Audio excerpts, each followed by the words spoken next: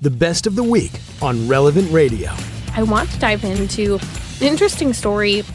Over the last couple of months, I've been following a number of people in the Hollywood scene who have commented on technology and their kids' use of technology. Now, you've heard me talk a lot about delay the use of social media and cell phones. Don't give the cell phone, don't give the social media. And I think a lot of people are starting to wake up to the negative impact it has. For a long time, people said, oh, well, I can just take it away at night, or maybe I can just wait until they're 13, or perhaps I just trust my kid and my kid knows better. The stats are coming out, it's scathing. We even have research showing that 1 out of 4 adolescents today are not just overusing social media, but addicted.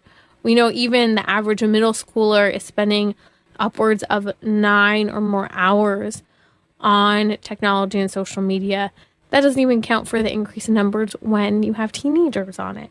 And that's recreational, not for educational purposes. So here's the thing. Matthew McConaughey and another actress, Kate Winslet, over the last couple of months have actually commented about fears and concerns surrounding social media. I want you to listen to this because this came out just last week. Matthew McConaughey, whose son Levi has just been given access to a phone and social media, they made this big birthday announcement when he turned 15 recently, and they were touching on some of their fears and concerns. This is Matthew McConaughey and his wife talking here. Happy birthday, Levi Alves McConaughey. Happy birthday, buddy. Can you believe it? 15 years young. Hey, buddy. Your mom is a little nervous today. I am. I'm a little nervous. About one of the gifts we are giving you. Yes, we are allowing you, Levi, today on your 15th birthday to join the social media universe. We've been talking for a long time. Been preparing for this, talking about it for 3 years now. Yes, all his friends have had it for a long time. We've been holding up. He knows who he is, and he knows where he's going. I think he can handle it. He's got a great story to tell and share. He sure does. I want to let all y'all know you're getting a very cool and respectful young man in Levi McConaughey coming at you, and I hope y'all can do your best to treat him the same way. Levi, enjoy the adventure. Enjoy sharing your story, expressing yourself, and what you put out there and the exchange you get with people out there. We love you. Happy birthday. You, happy birthday. Check him out. Go check him out. That's actor Matthew McConaughey and his wife, model Camilla Alves, who they're sharing this kind of a big announcement about their son joining social media. He wasn't allowed to until he was 15. And Matthew McConaughey comments that his wife is pretty nervous and worried. You can tell even just with her reaction. She's a little uncomfortable with it. And I'm going to guess even uncomfortable with what they just did. They just made a public social media announcement that you, the strangers out there, the world, should follow their 15-year-old son on social media. This is a publicity stunt. This is 100,000% a publicity stunt. Because it's not just saying, here, honey, you can start using social media. It's called, here, let me tell the world you're on social media now and go follow my kid. And so why is a mom hesitant? I think all parents know the danger of social media today, whether you choose to do something about it or not, or whether you choose to fully be aware of what is actually happening. But here's also what's interesting. They make a big deal, that is Matthew McConaughey, as if their son Levi, their 15-year-old son, has something special to share with the world.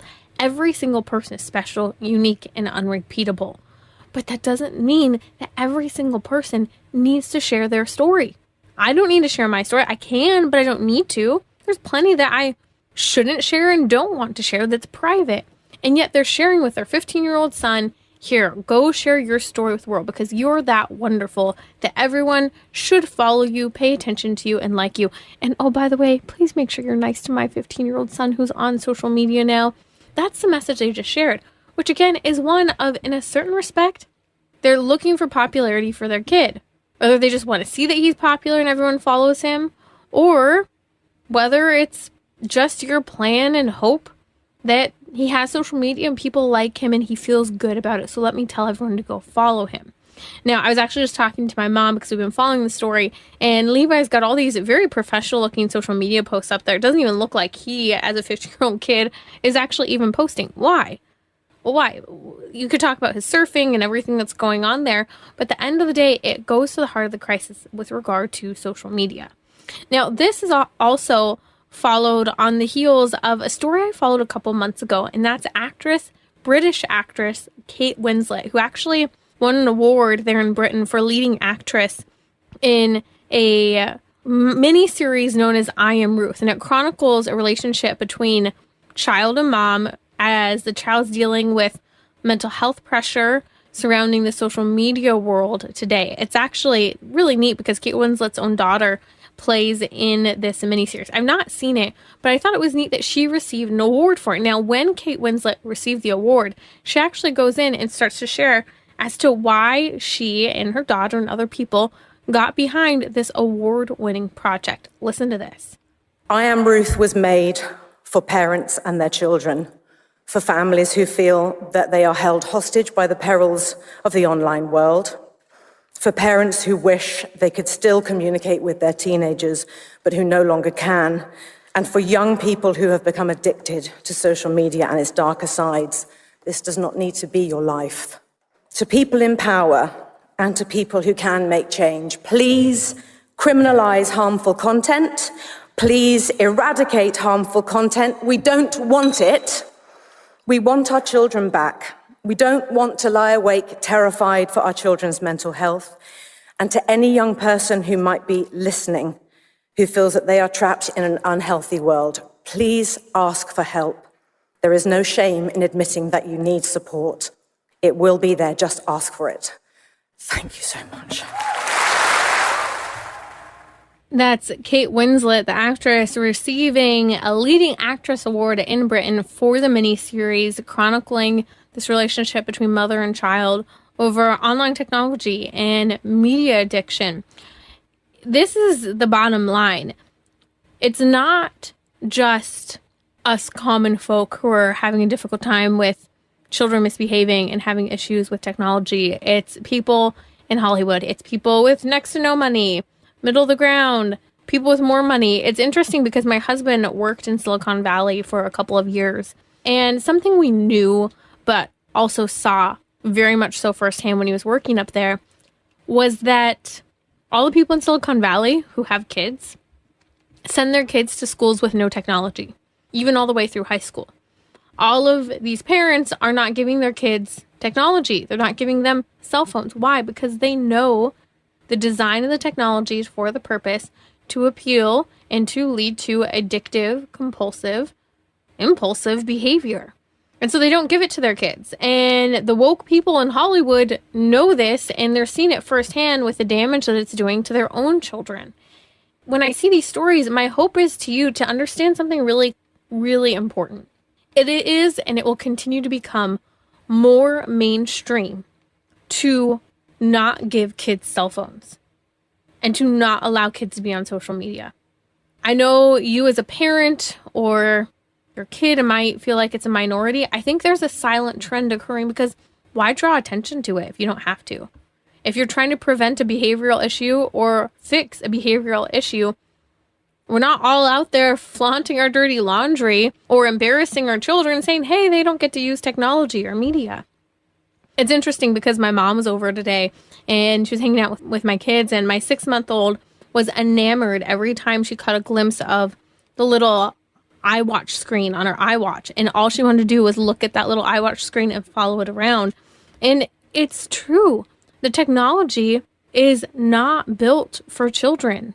What's scary is that it is built to draw children in, but it's not built for children. It's not human-centered for the sake of edifying, glorifying, and raising up children. Yet children are being raised on technology today. So I want to mention to you a resource that I think is fantastic to help you answer a lot of technological concerns and crises surrounding yourself, because let's be honest, I struggle too with my tech usage. This is why I've shared many times before that I started, I think it was in 2016 or 17, the Black and White Challenge, which is where you take your phone screen and put it on 100% black and white because you no longer have the neurotransmitters and the synapses between the brain reacting as significantly to your need for dopamine and the stimulation from all the notifications. I have no notifications on my phone, and I even keep my phone on silent most of the time. When I say no notifications, of course, my phone can ring and even send me a notification that I receive a text. But if I'm on my phone and, for example, I'm maybe checking my email or looking at my calendar, if a text message comes through, my ringer's on, I'll hear the ping. But if my ringer's not on, the text message won't pop up on my screen. Not even a notification. Why is that important for me? Because task saturation, distraction. I get distracted. I need to be able to go and check my phone when I check it and not be perpetually drawn in by my phone. I, as an adult, recognize this is important. And so ScreenStrong.com is helping us to understand with sound scientific data how to navigate technology with your kids. And the bottom line is that their methodology is delay. Don't give your kids phones. Don't give your kids social media at all. Now, if you give a phone, give something like a Gab phone or one of the light phones, a Gab phone, and we'll post the link to Gab phones online. It's a talk text only phone that you can use. So that's a great resource. But I think this is a silent trend. You're not in the minority. It's a growing number of people, and it will become the majority of people who don't want and won't let their kids use technology the way that has been the norm of late.